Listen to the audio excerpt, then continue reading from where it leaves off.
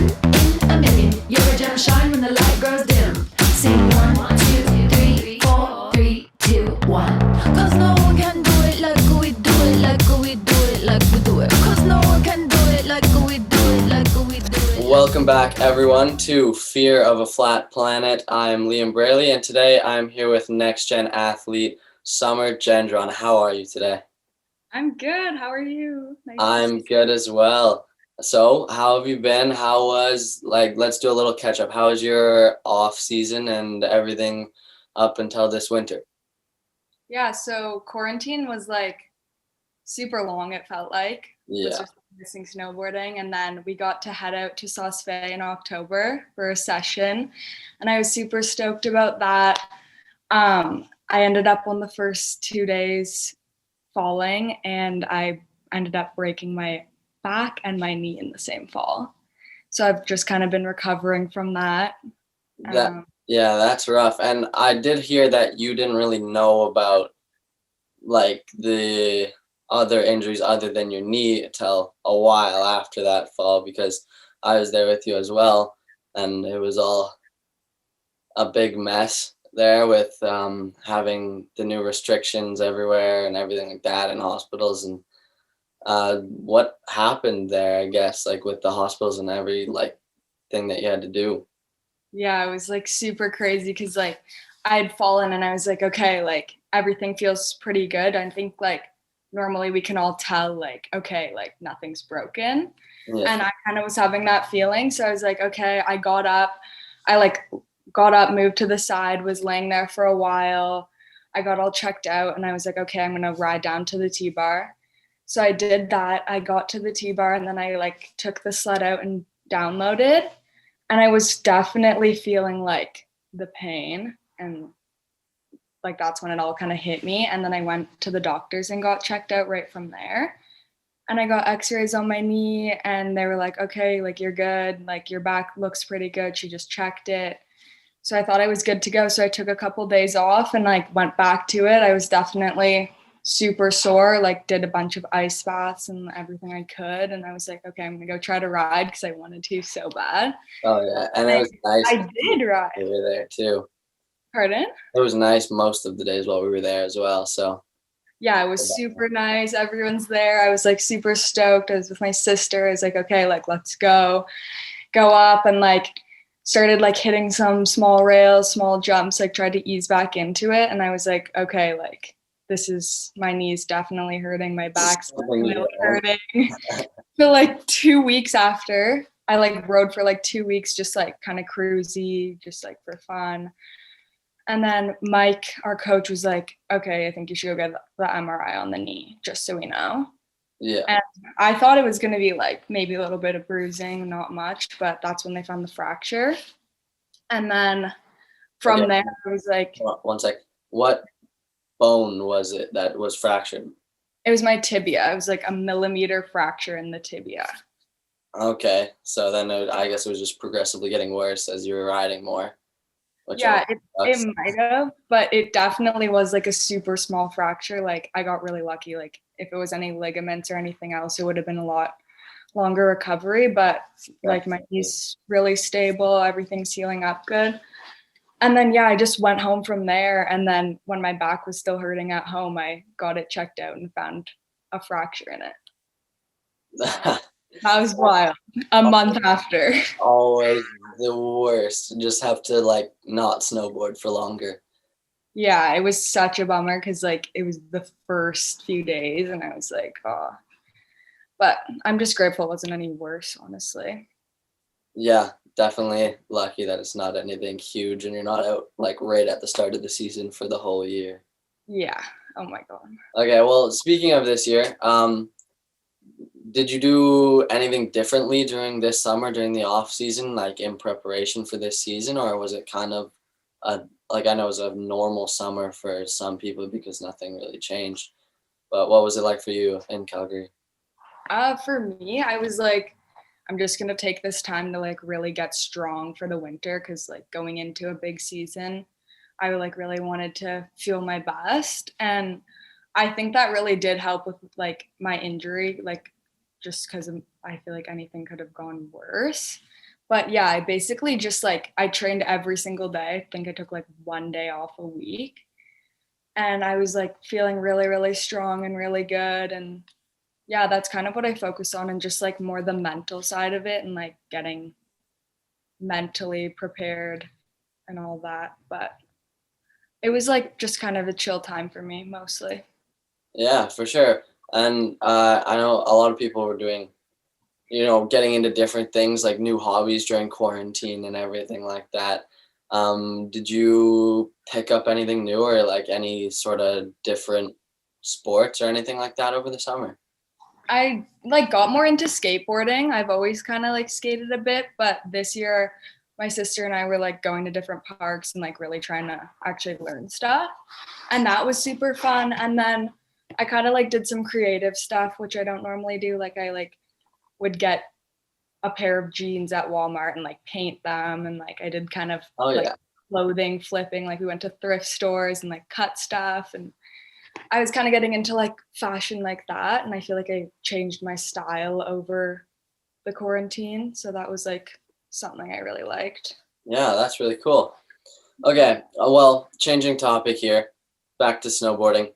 Um, we want to know you and how you grew up with snowboarding. So I want you to tell the story of how you first got into snowboarding, like your first snowboard competition, teams, and everything like that growing up.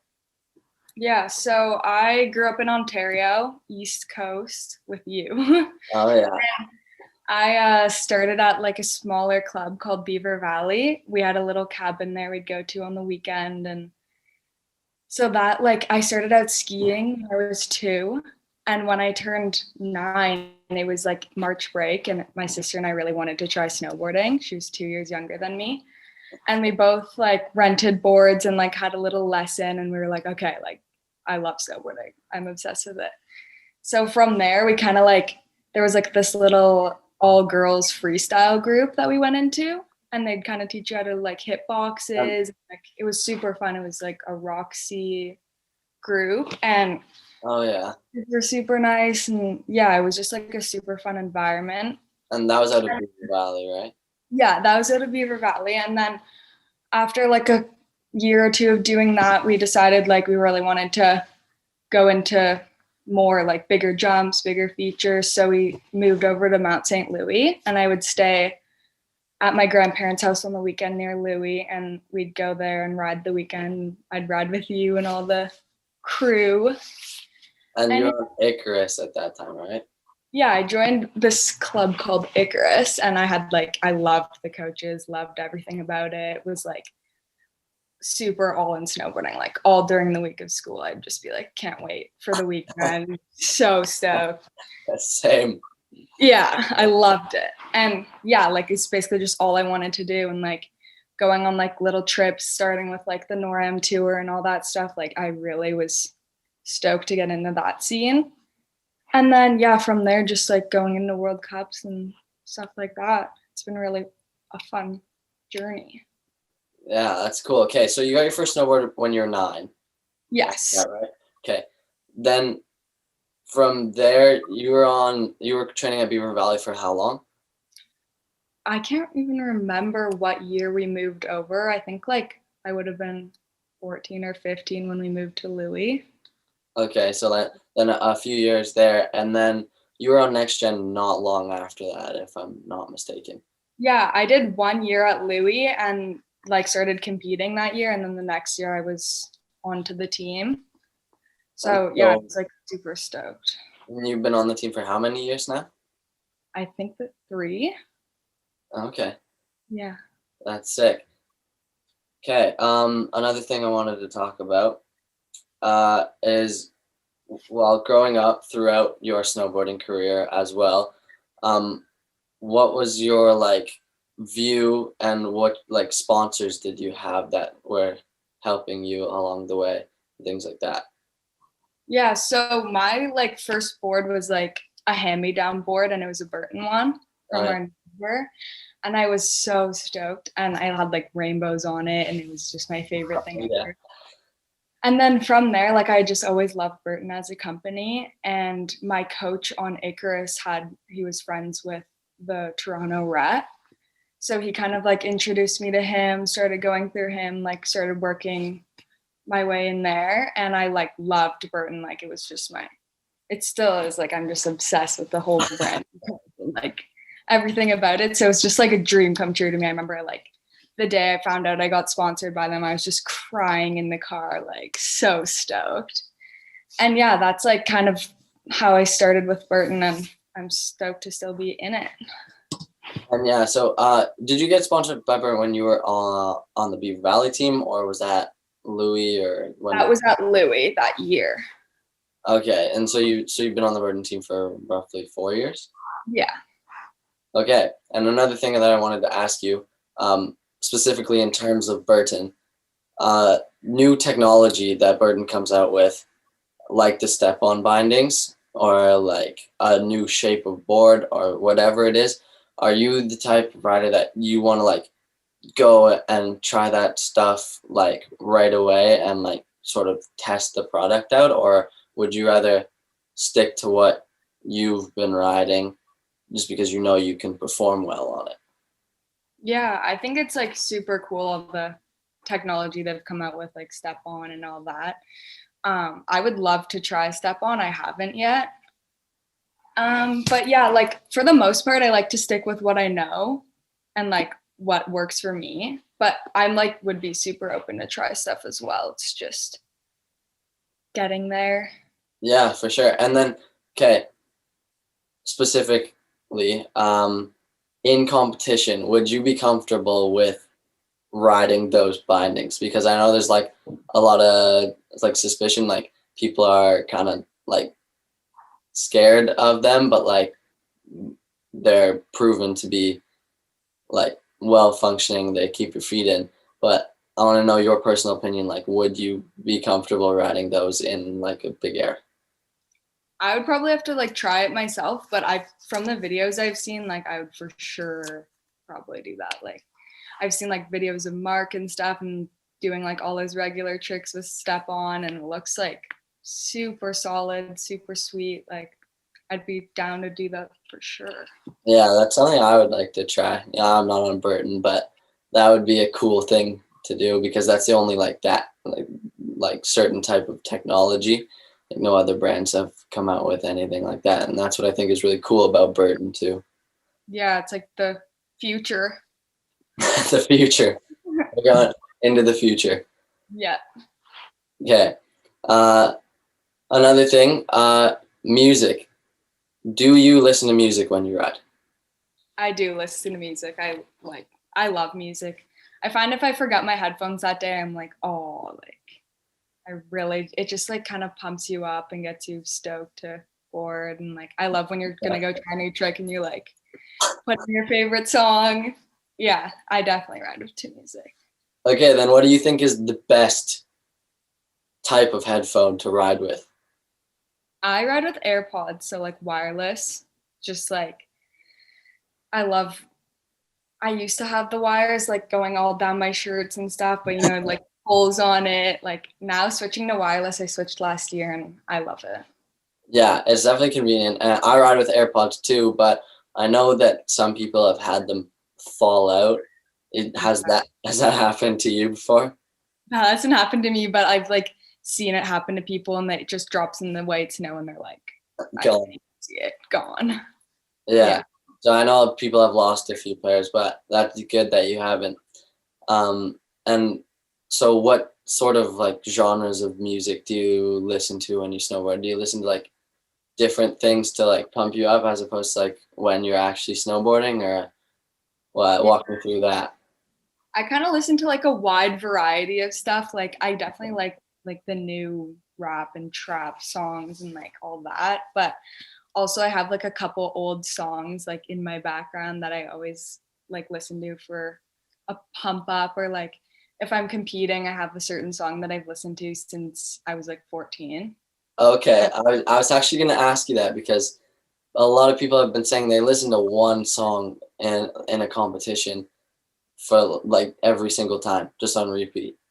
Yeah, I found like one time I didn't listen to it and I was like, okay, like I don't need this song anymore. Like it's fine. I'll do one run without it. And I fell and I was like, okay, No, I'm putting the song back in, never changing it. Cause like, I don't really love the song. Like it just kind of happened, but like, it just works with me somehow. So, but it's Bali by 88 Glam. Oh, I don't actually know that song, but I know the artist. Yeah. It's like, it was an old song. It was like popular when I started listening to it. And like now I never listen to it unless I'm competing. But yeah, it's like my song. I can't do that. I always have to like Mix it switch it up, and I don't know, but that seems to work for like a lot of people, so maybe I should try it. Maybe you should pick one. Maybe I don't know if I could pick one though. That's the problem. No, I feel like it just has to like come to you, you know? Yeah, it just has to like work well one time. Is that what happened?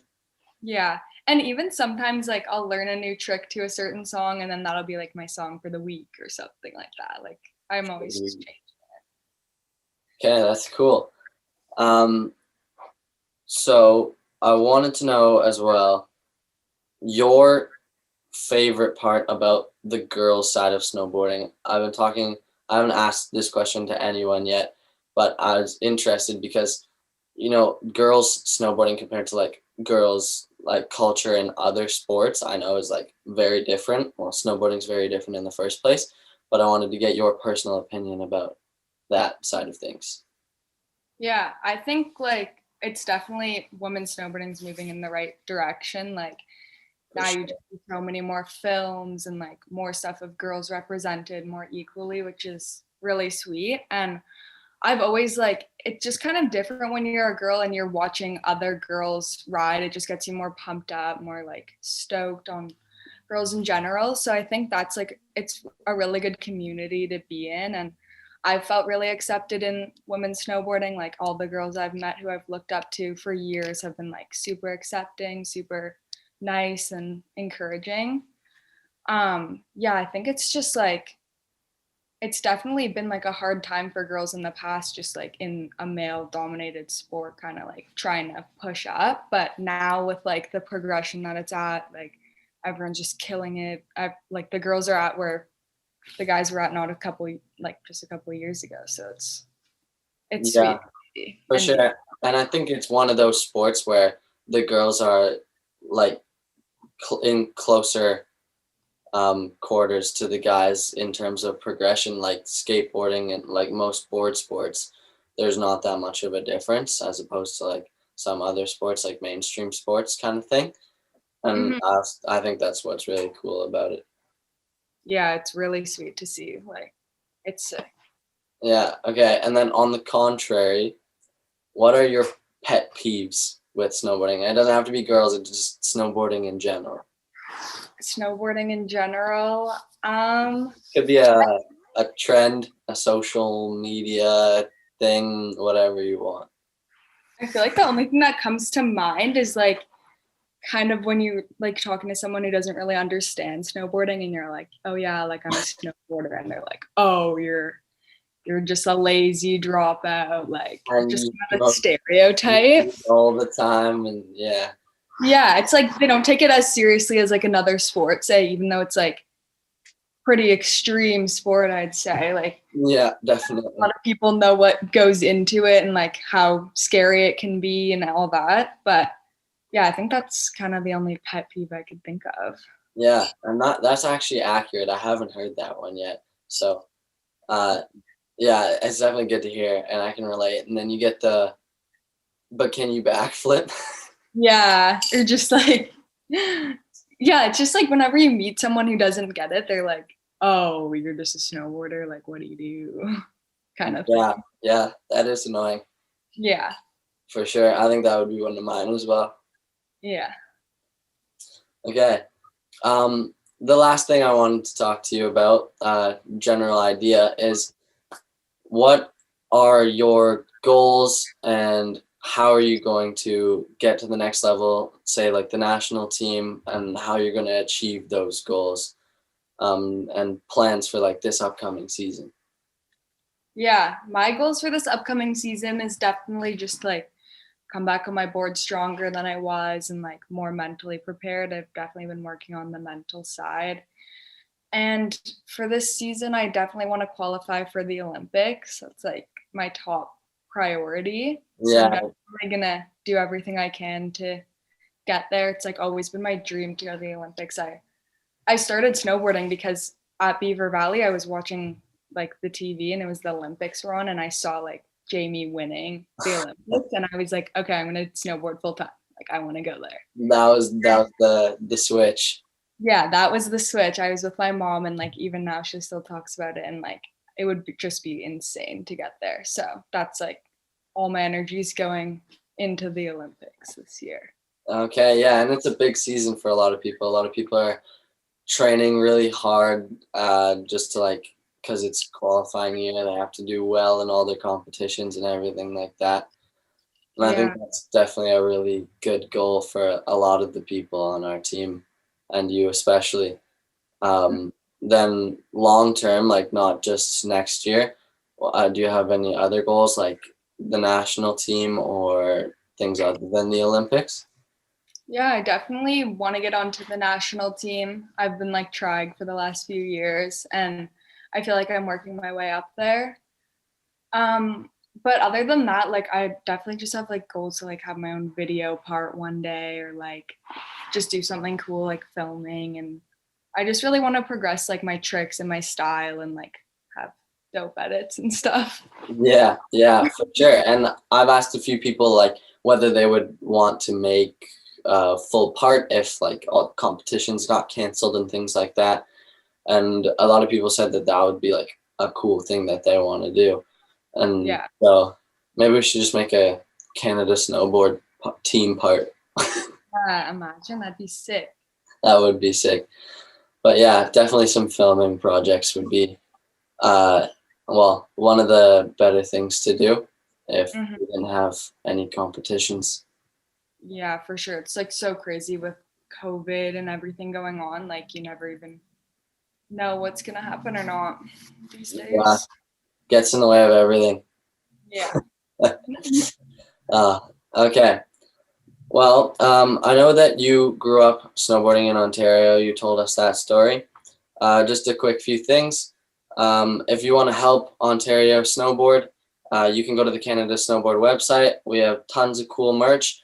And if you donate on that website, you can support the team directly or the province that you would like to donate to. So you can go on the website, you can choose Ontario Snowboard, and you can donate money to help the smaller teams. They can make it to the next gen team, make it to the national team, and help those riders progress and all that funding and everything. A big thank you to Canada Snowboard and Skull Candy for helping out with this podcast. And thank you to you, Summer, for joining me today. Thanks for having me, Liam. Yeah, it was nice talking to you, and I'll talk to you later.